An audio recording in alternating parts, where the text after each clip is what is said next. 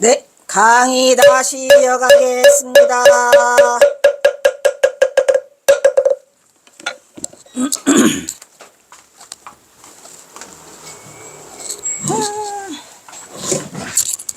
한 사람 대한으로 길이 보존하세.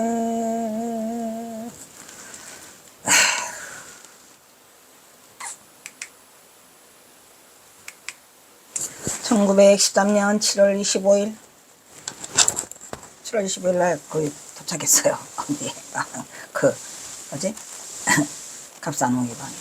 그러니까 7월 15일 날 저기가 소식이 왔고, 1914년 7월 25일 송락을 쓴 중에 일행이, 송락이 뭐죠? 이거 사과처럼 생긴 거 있잖아요. 마을을 찾아와 난주의 행방을 물었더라. 바로 만공과 해월 그리고 해월의 제자 등이 그의 일행이었다. 드디어 만공은 스승의 경허성의 부를 찾아갔더라. 가보니까 묘 앞에는 아담한 비석이 서 있었더라. 그 비석에는 난주 선생 지묘라고 써 있었더라. 경허의 세제자 수월 해월 만공 철우 우남. 여기서 수월은 말만 전해졌고 어디가 있어요?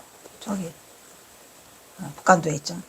모두 경허를 잊지 않았다. 잊으면 안 되죠. 관을 뜯었더라. 장삼의 도포를 감은 경허의 모습은 만공의 눈에 부딪혀 뜨거운 눈물을 쏟게 했다. 그 뼈는 과연 누런 황골이었더라. 경허가 전하한 3년 후 제자 만공과 해월 등이 난주의 묘를 찾았을 때는 풀이 한 길이나 자라 있었다고 합니다. 마을 사람들이 돌본다고 하지만 돌 받겠습니까? 아무튼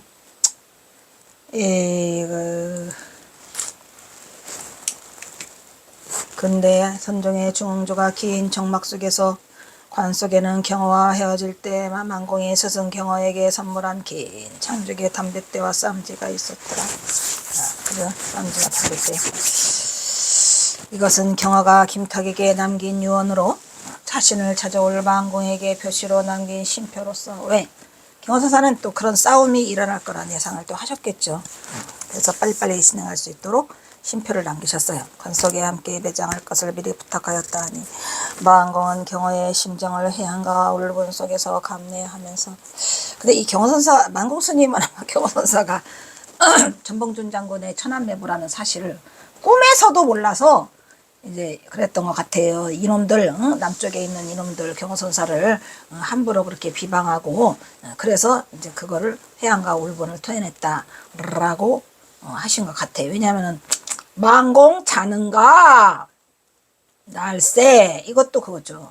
내가 이꼴저꼴 보기 싫어서 삼수갑산으로 간다는 말을 경허선사가 했다고 그래요. 그 만공스님한테. 그 이꼴저꼴이 그거죠. 이꼴저꼴이 뭐예요? 그냥 뭔가 잡놈들이 경허선사를 폄훼하고 비방하는 그거라, 만공스님의 가슴에는 아마 그게 들어있었을 거예요. 그리고 또 뭐 살인했다고 하니까 더군다나 또 만공 내가 살인했네, 자네와 나만 알게, 이러니 이게 괴롭죠. 그래서 회한과 울분 속에서 감내하고, 그리고 또 아마 내 생각인데 아마 화장하고 습골 하신 다음에 조금 좀 가져오지 못했던 것도 그냥 다 없애버리자, 이걸저걸 세상이 허망하니까 라고 하셨던 게 아닌가. 좀 경허선사를 조금 더 알았어야 되는데, 만공스님이. 경허선사가 만공스님한테조차도 새 제자들한테는 어쨌든 전봉준 지읒도 안 꺼냈으니까 뭐 당연히 몰랐겠죠. 진한 울음을 토하고 관을 뜯으면서 진아가 가고, 진아가 경허지, 경허의 진아가 가고 구척 황골만 뼈대를 다비했다 이 말이요. 그러니까 꺼내니까 그냥 구척 장신인데 누런 황골이었다 그래요. 황금빛이 번쩍번쩍 나는. 오마이갓. 만공은 이렇게 경허를 불렀다. 노래 시 하나 내놓으셨죠? 시. 입니다. 아따, 이 북한시 빨리 끝내야지. 슬퍼서 원. 오늘 끝내고. 시비무동 여여객이, 시비무동 여여객, 이것은 여여객이 경허선사도 여여객이라고 했는데 만공스님도 여여객이라고 쓰셨더라고. 시비에 물들지 않는 부동한 그런 얘기죠. 여여한 객이 그러한 객이 누구? 여여 객이 누구? 경화선사를 말하는 거였죠. 난덕산지 어제는 난덕산. 난덕산이라고도 하고 난득산이라고도 하거든요. 그게 뭐냐면 덕을 얻기가 어려운 산이다라는 말이거든요. 그게 무슨 말이냐면 거기가 황폐해요. 아주 그냥 삼수갑산 그냥 꼴짝이라 그 경호사도 말하잖아요. 마음을 너그럽게 하기가 어렵다라는 말 하잖아요. 그래서 난덕산이야. 난덕산 또는 난덕산. 큰 덕자 있잖아요. 그래서 난덕산지 아래에서 그쳤어요. 뭘 그쳤어? 겁에 가를 그쳤더라. 경어심중 겁에 가라 성녀심중 겁에 가라 하리라 했죠. 누가 경어의 성우의 경지를 묻는다면 성녀심중 겁에 가라 하리라 라고 했는데 경어선사가 겁에 가를 그쳐버렸어요. 그래 놓고 뭐예요? 려마 소진시 모이리요. 려마는 뭐죠? 당나귀려 말마. 이게 바로 려삼이고 마사도래를 말하고 있는 거죠. 왜? 근데 만공스님도 이 시를 참 잘 쓰셨어요. 려마 소진. 그러니까 뭐야? 경어가 떠났다는 것을 말하는 거예요. 려마도 다 하고 소진돼 버렸고 이 시 모일 지금 이것이 날도 저물어 가더라. 그러니까 그 다비식이 황혼의 다비식을 하셨는가 봐요. 그러니까 다 경어선사가 다 시들어가고 소진돼 가고 사그러들고 때 맞춰서 날도 저물어 가더라. 이런 얘기죠. 지금 그러니까 다비식 하면서 이걸 하셨으니까 여기서 러마라고 하는 것은 경어선사의 그 시신. 그래서 려마라고 했어요. 그러는 거 불식 먹지도 못하는 두견이가 불식 두견 하 소청 소정 소정자지요. 저게 소정 소시 적다고 먹지도 못하는 두견새가 못탔을만 하더라. 연장탄만 하더라. 솥이 적다고 더 주지 그래 라고 하면서 그것을 풀어내더라 해서 불식 두견 한을 품어내는데 그 소쩍새가 그냥 굉장히 한스럽죠. 쏘쪽 아주 쏘쪽 꾹쭉 그런데 엄청나게 산 전체를 흔들어대면서 울어제껴요. 뭐가? 소쩍새가 두견새라고도 하죠. 접동새라고도 하고. 경호사가 좋아해? 그 시? 아니, 그 새 좋아해? 응, 좋아해. 그래서 저 두견새가 소쩍다 울더라 라고 하면서 구한말 풍운의 조선 땅에 호련히 나타나 투철한 깨달음으로 꺼져가는 선의 등불을 밝히고 진짜 호련히 나타난 거죠. 칠두철미하게 확철대오를 했죠. 선의 등불을 밝히고 한만고안을 국경을 고원을 행각하다가 초라한 촌노의 모습으로 숨을 거둔 우리 경허대선사. 누구? 경허성. 비록 장발에 유관을 쓰고 머리에 이었어. 일본 놈들이 단발하라니까 야 이놈아 나는 단발 못해 장발할 거야. 이렇게 한 거죠. 속복을 입고 훈장을 자처한 방난주 신분으로 살았지만 경허는 승려의 신분을 결코 단 한순간도 버린 적이 없더라 이런 말이야. 그냥 그렇게 철저하게 자신을 지키고 살다 가셨죠.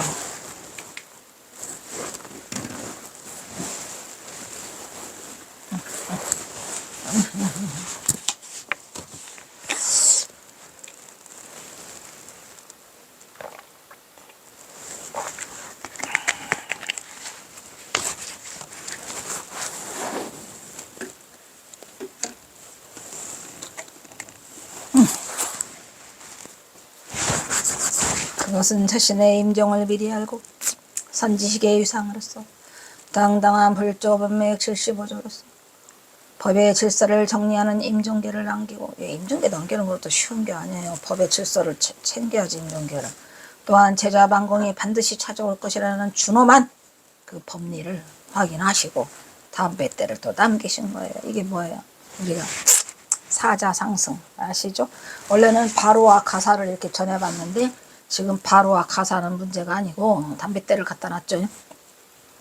이후 경어의 법은 세제자 수월해올 만공에 의해서 사실은 치문현주가 있다 그랬죠. 장경해릉이 있고 치문현주와 장경해릉은 굉장히 미미해요. 그것도 좀 안타깝기는 하지만 뭐 그것도 운명이더라. 운명이더라. 한국 선불교의 법맥을 유지하고 현재 한국 불교를 지키는 버팀목이 되어 한국 불교를 지키는 버팀목 같은 버팀목이 지금 휘청거려요. 아주 그냥 부러지기 직전이요. 뭔 놈의 버팀목 같은 소리가 지금. 누가 경허성호를 해. 아니 대한불교 조계종 그 강원에서 왜 경허선사 경허집을 못하냐는 거죠. 경허집 하라고요. 경허집을 교재로 써야 돼요, 안 써야 돼요? 써야지요. 그렇게 살아있는 생생법문이 선지를 그냥 거양할 수 있는 수많은 것들이 그렇게 펄펄 살아있는데 왜 안 해? 뭔 놈의 이상한 거. 요즘에는 또 그 교재들도 굉장히 막 이렇게 그 뭐죠? 옛날에는 막 치문 뭐 이런 거 다 했는데 많이 줄어들었다고 하더라고. 아유, 세태가. 버팀목이 되어 경어의 법맥은 오늘도 도도히 흐르는 큰 강줄기가 되어서 선맥을 잇고 있다고 말할 수 있다. 내가 이 말을 쓸 때까지만 해도 자부심이 좀 있었어요. 진짜로 자부심이 있어서. 한국 선불교. 그랬는데 왜냐면 이때 성철 스님이 살아계셨나? 내가 성철 스님도 다 뵀다 했죠. 우리 해암 스님이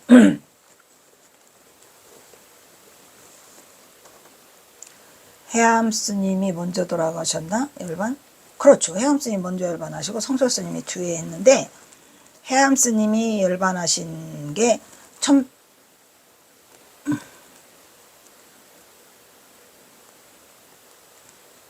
90 해암 스님이 열반한 게 94년 3월 15일 날 열반했어요. 94년 3월 15일 날 열반하시고 우리 아버지가 94년 3월 30날 딱 보름 만에 해서 내가 두 번을 다 치르느라고 완전히 시체가 됐었어요. 내가요. 이제 다 죽었어요. 우리 아버지가 하고 해암 스님 가시고 해가지고 그냥 보름 만에 다 죽었다가 살아나서 나는 한 1년간 내 정신이 아니었어. 시체처럼 살았죠. 94년 3월 15일 9월 94년 3월 30날 보름 만에. 아이고 그랬는데 그 이후에 성철스님이 열반하셨죠. 그 내가 성철스님의 그 뭐죠 살이 막 그 습골 뭐 나왔다는 거 그것도 해인사 그때 보러 갔었어요. 그러니까 그때만 해도 한국 불교가 살아 있었죠. 내가 2009에 갔으니까. 그래가지고 좀 자부심을 가졌는데 지금은 아닌 것 같아요. 지금은 어디 희망을 가질 수 있는 부분들이 설정 스님을 끝으로. 아이고 어떡하냐.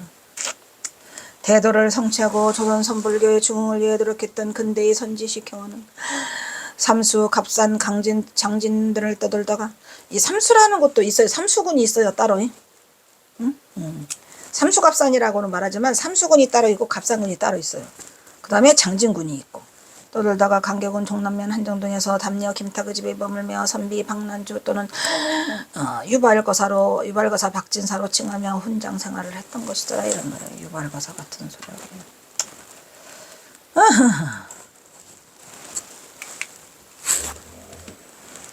그리고 간서와 간북 일대는 물론 국경 의사가 엄청나게 많이 넘나들어요. 예.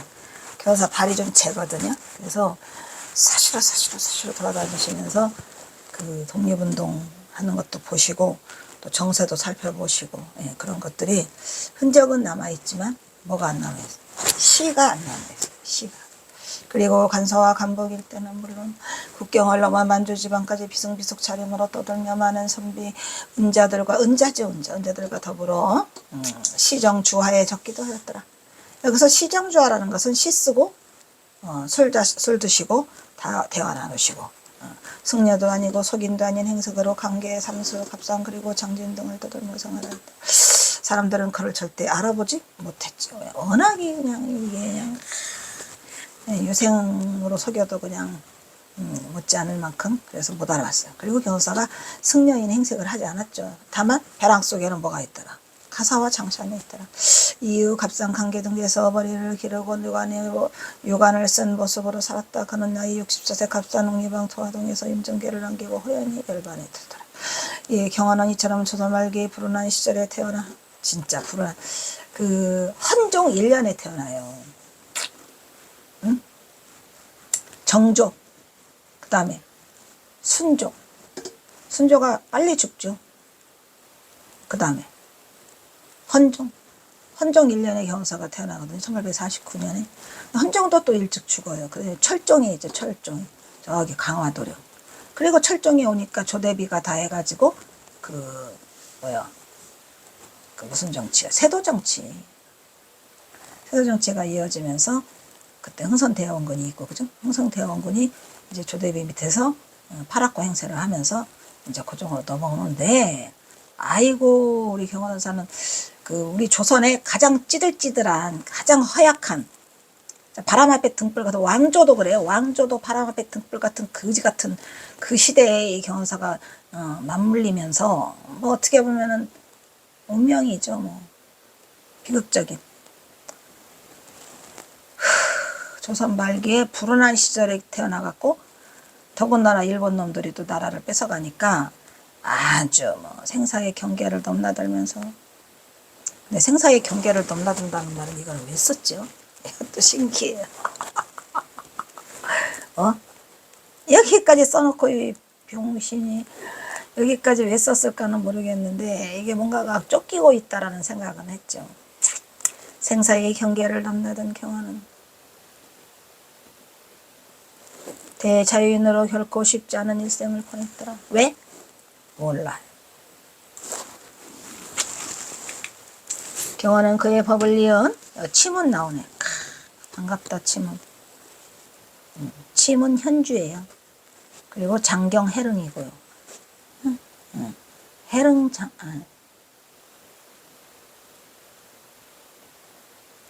치문 현주. 장경해륵은 저쪽인데, 장경해륵은 영훈 지근의 제자죠. 장경해륵이. 여기는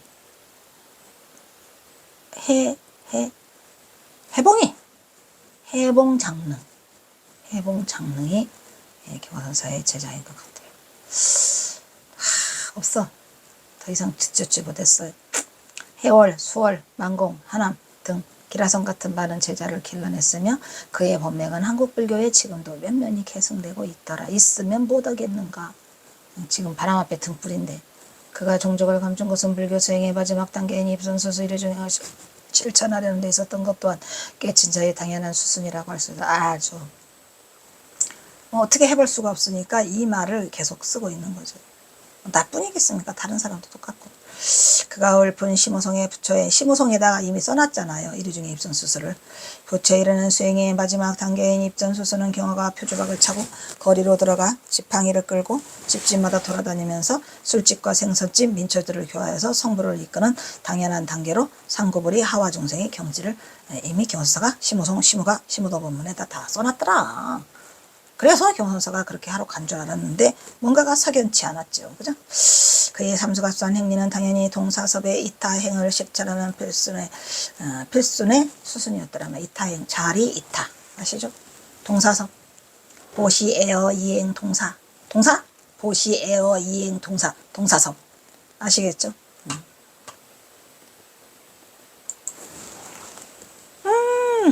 큰 단거로 또 넘어가네요.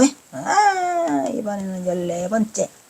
13번째는 경화선사가 환속에 대한 근거. 14번째는 애국관에 대한 거네요. 애국관은 뭐 널려 있는데 애국관이면 널려 있더라고. 이게 뭔 일이래야 해가지고 이 경화선사에 대해서 이거 좀 미치겠어. 이게는 자료는 없고 왜 경화선사는 애국관이 있을까? 동해물과 백두산이 마르고 닳도록이요. 이게 전봉준 때문이었다는 사실을 몰랐기 때문인데 참으로 전봉준 장군이 나타남으로써 이게 이제 해결이 됐지만 제가 요즘에 조금 더 시간이 되니까 여유가 생기다 보니까 이 전봉주 장군 시체를 찾고 싶어요. 왜냐하면 전봉주 장군 시체가 예상되는 곳을 5군데를 다 파헤쳤는데 아니랍니다. 근데 이제 그 뭐지? 천장암, 제가 말했던 천장암 배시녀 사리부도, 이것은 철저하게 동학농민 측 때문에 무산된 거예요. 내가 안 하고 있는 건 아니죠. 그래서 기왕 무산돼서 이렇게 있으니 좀 더 심사숙고를 하자는 생각이 없지 않아 있죠. 때가 되면은 있지만 그걸 파헤쳐서 진짜 경호선사가 천장암에다가 그 전봉준 장군 시신을 갖다 놨을까. 네? 그리고 배시녀는 또 배상옥이네 딱 연결이 돼서 또 그 전봉준 장군의 그 둘째 아들 용현이를 또 배상옥에 있는 집성촌인 그 무안의 공산에 보내잖아요. 그리고 무안에서 그 거사를 일으키라고 했잖아요. 이 모든 게 퍼즐이 맞춰듯이 가고 있지만 그래도 또 기왕 이렇게 늦어진 거. 그래가지고 제가 직관 하나 갖다 댔어요. 거기에 시체가 있냐 없냐. 누구라고도 안 하고 왜 답변이 없어. 내가 전화하면 안 받아. 그건 뭘 말할까? 있다는 걸까 없다는 걸까?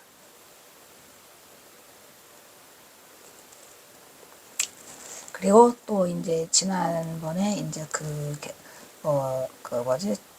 전봉준 장군의 둘째 아들 경호선사가 감춰준 전용현이의 아들이 전익선이고, 전익선이의 아들이 그 진주에 살고 있다는 무슨 장로랍니다. 교회 목사인가 장로가 어쨌든. 그런데 그분이 통화를 하니까 그 3군데를 트릭으로 해놨대요. 하나는 천안전시 장군 지묘라고 딱 써있잖아요. 그거 하나. 그 다음에 이제 이분이 그 파헤친 그거에 익산. 그런데 또 하나가 있는데 거기가 그 우동마을이라고 그래요. 경호선사가 우동마을이잖아. 근데 그거는 이제 남평희 씨, 경호선사의 여동생이 죽고 나서 새롭게 얻은 부인의 선산이래요. 일단은 뭐든지 가능성이 있는 걸 다 열어봐야 되니까. 아무튼 제가 이 강의 좀 끝내고, 내가 금년 말에 이거 꼭 끝낼 거야. 아주 그냥 지금 힘들어.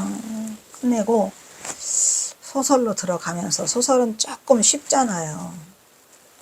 은연경호 소설 들어가면서 이제 경호의 제자들 책하고, 그 다음에 이제 제일 중요한 거는 이제 시나리오를 지금 90% 이상 완성했는데, 시나리오가 완성시켜서 이제 영화를 찍는 게 이제 내년에 내가 목표인데, 모든 일이 잘 되길.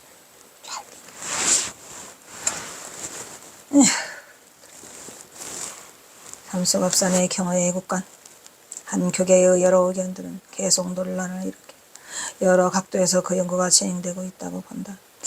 그러나 각 논자는, 여기서 논자는 나집어, 경호의 삼수갑산행에 대하여 경호의 애국관에 관한 방향으로 노력을 시도. 이거는 뭐냐면 제가 말했잖아요. 경호선사에 대해서 제가 박사 논문 따려면 일단 2개가 통과돼야 되고, 나머지 13개는 내가 각 단체에 뿌렸어요. 전부 다 불교 그 학술지에 갖다가 다 집어넣었더니 13개 중에서 떨어진 건 하나도 없어요. 수정우 재심, 또 뭐 수정우 뭐 이렇게 해가지고 떨어뜨린 건 없더라고. 그 13개를 제가 거기까지만 확인해보고 다 거뒀어요. 왜? 그거 다 해놓으면은 내가 그거를 이런 걸 이용하지 못한답니다. 그래서 내가 따로 거둔 다음에 책으로 경호선사 연구 논문이라고 15개를 한꺼번에 써서, 경호선사 연구 논문, 경호선사 연구 논문 어딨냐?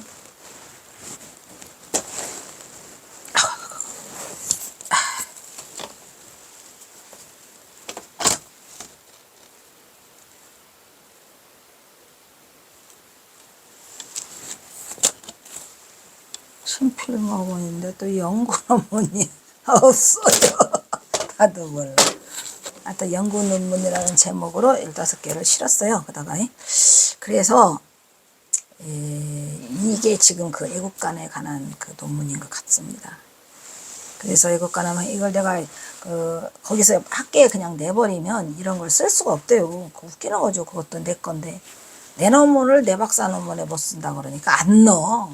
그래서 그냥 간만 봤죠, 전부 다. 하여튼 15개가 다 통과가 됐어요. 그래서 접었죠, 내가.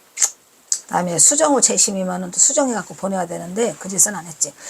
그래서 경어의 삼수갑산에 대해서 그들의 애국간에 관한 방향으로 노력을 시도하여 그의 사상적 접근을 그가 북녘삼에서 남긴 선시 속에서 찾아보고. 그렇죠. 뭐 찾아볼 수 있는 게 선시밖에 더 있나요? 아무것도 없어요. 그냥 나 탈탈 털어서 선시 140수 북녘시. 특히 일각에서는 경화의 북행을 두고 종단의 책임자로서 무책임하게 뭔 소리를 하고 있는 게 종단의 책임자를 무책임하게 할 수밖에 없지요. 그냥 나가라고 계속 협박했다는데 어떻게 못 나가. 가야지.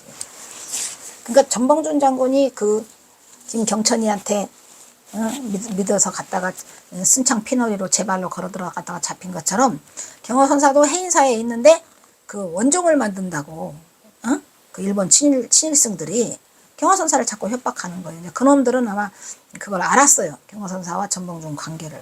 그래도 차마 꼬아박지는 않았어요. 중이라 그랬나 봐. 그래가지고 내놓으라고. 내놓으라 이놈아. 그래서 경호사가 내가 너희 3인방을 안 오라 니들이 아무래도 내가 걷다갈 줄 아느냐 해가지고 시를 남겼죠.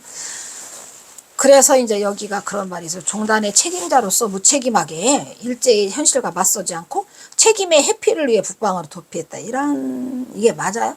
말이 되는 소리라. 에이그 남의 속도 모르고 그 소리죠. 경호사가 이렇게 책임자로서 무책임하게 갔겠습니까? 내 이놈들 목을 쳐라 이놈들아. 이렇게 하실 분이지 내 목을 쳐라 이놈들아. 그 원산에 가서 그랬잖아요. 쳐라 내 목을. 북방으로 도피를 했다는 왜곡된 시각을 불식시키고자 하는 의지를 가지고 경호가 북녘에서 남긴 선시를 통하여 애국간에 접근했다. 애국간에 접근하는 것도 사실은 애국시가 있으니까 접근해 볼 생각을 했죠. 애국시가 개뿔도 없으면 어떻게 애국간을 접근합니까? 그러니까 경호선사가 종단의 지도자고 책임자인데 무책임하게 일본과 대항하지 않고 도피했더라. 북방으로. 이런 얘기야. 그게 아니다. 도피는 무슨 도피냐. 아니다. 애국자다. 라는 걸 밝히려고 애국간에 접근하게 되는 거죠.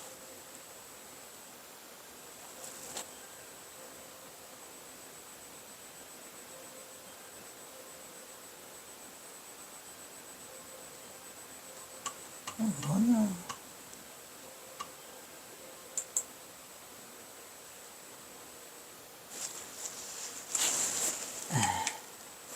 거기서 경호가 지향했던 그의 애국간의 중심은 바로 뭐더라? 경호선사 애국간의 가장 큰 중심은 사실은 전봉준 장군을 몰랐기 때문에 어디서 잡았냐면 경호선사가 북녘에 가가지고 택한 게 교육이에요. 훈장. 바로 교육을 통하여 조국의 앞날의 밝은 미래를 기대할 수 있고 따라서 그의 애국심은 투철한 사명감을 가지고 일제치하의 암울한 현실을 타파하는 길을 모색하게 되었다는 것을 알 수 있더라 이런 얘기죠. 왜냐하면 경호선사가 하필이면 훈몽을 했단 말이죠. 서당 훈몽. 그거는 뭐냐 미래의 동랑을 키우고자 하는 어린 새싹을 키우고자 하는 그런 뜻일 수밖에 없었고 특히 일본 놈들한테 나라를 먹히지 않으려고 우리가 깨어 있어야 된다 라고 해서 했을 것이다 라는 거를 그 중심으로 잡고 있다 그런 얘기죠. 경호는 우선 남녘에서도 1903년 55세 해인사 조실로 있으면서 써있잖아요. 한문을 모르는 민초들에게 뭘? 카가가음. 한문을 모르는 민초들에게 우리 최초의 신체시, 최초의 가사시잖아요. 그래 안 그래? 가사문학이야. 경호선사가 뭐 가가가음, 중로로 타는 법, 참선곡, 법문곡 이렇게 4개가 한글이에요. 그 중에 순 한글은 뭘까요? 순 한글. 한문 안 섞이고 순 한글 하나 있어요. 중로로 타는 법. 걔만 중로로 타는 법만 한문이었고 다른 건 다 한문이 있는데 가장 센 거는 가가가음이요. 법문곡하고. 말은 가가가음이고 가가가음이 뭐냐면은 노래로도 가능하고 그 글로써 쓰는 것도 가능하다. 그러니까 노래도 된다는 얘기. 창가문학이고 창가문. 그래서 그게 좀 많이 세요. 좀 센 게. 법문국도 세고. 제일 그중에 쉬운 건 그나마라도 참성국이요. 그러니까 참성국이 대중에 많이 그 할 수밖에 없었던 거는 가장 쉬워. 누구한테 써줬기 때문에. 13세에 뭐냐, 13세 변소로에게 써줬는데 변소로가 나중에 변절자가 돼가지고 친일파가 돼요, 이놈이. 그래 안 그래? 에이, 교환사 좀 재수가 없긴 없어. 하필이면 참성국 써줬는데. 그래서 한문을 모르는 민초들을 위해서 국한문 헌영으로 참성국과 가가가음을 지어서 대중에 또한 법문곡 나오네. 순한글로 나오네. 순한글. 중어로 따는 법이 제일 쉬워요. 순한글이야 걔는. 순한글로 중로로 파는 법을 지어 누구든지 신심을 일으키고 불교의 바른 안목을 열 수 있도록 배려했다고 본다. 경사가 일부러 그 한문을 모르는 민초들을 위해서, 이거 다 1903년에 한 거예요. 1903년 해인사에서 퇴설당했다. 떠나시기 전에.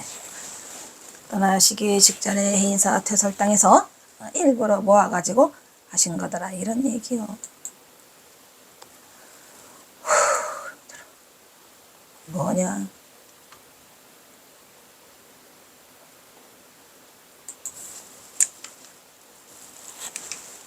이러한 노력 역시도 경화가 중생을 가볍게 여기는 태자대비로 경화의 애국지심이라고 말할 수 있죠.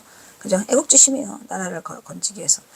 스스로 경성 출입을 하지 않겠다. 이것도 너무 말도 안 돼. 경성 출입을 하지 않겠다고 그 서원한 것은 이미 전봉중 장군이 사형을 당해서 경성 땅을 다시는 안 받는다는 건데, 우리가 그 사실을 너무나 몰랐기 때문에 선승경허는 한국 불교는 물론 무너져가는 조선을 걱정하며 나라를 걱정하는 마음이 누워도 편치 않구나 써있거든요. 시에 라는 노래한 애국심으로 고뇌하는 성박자들아.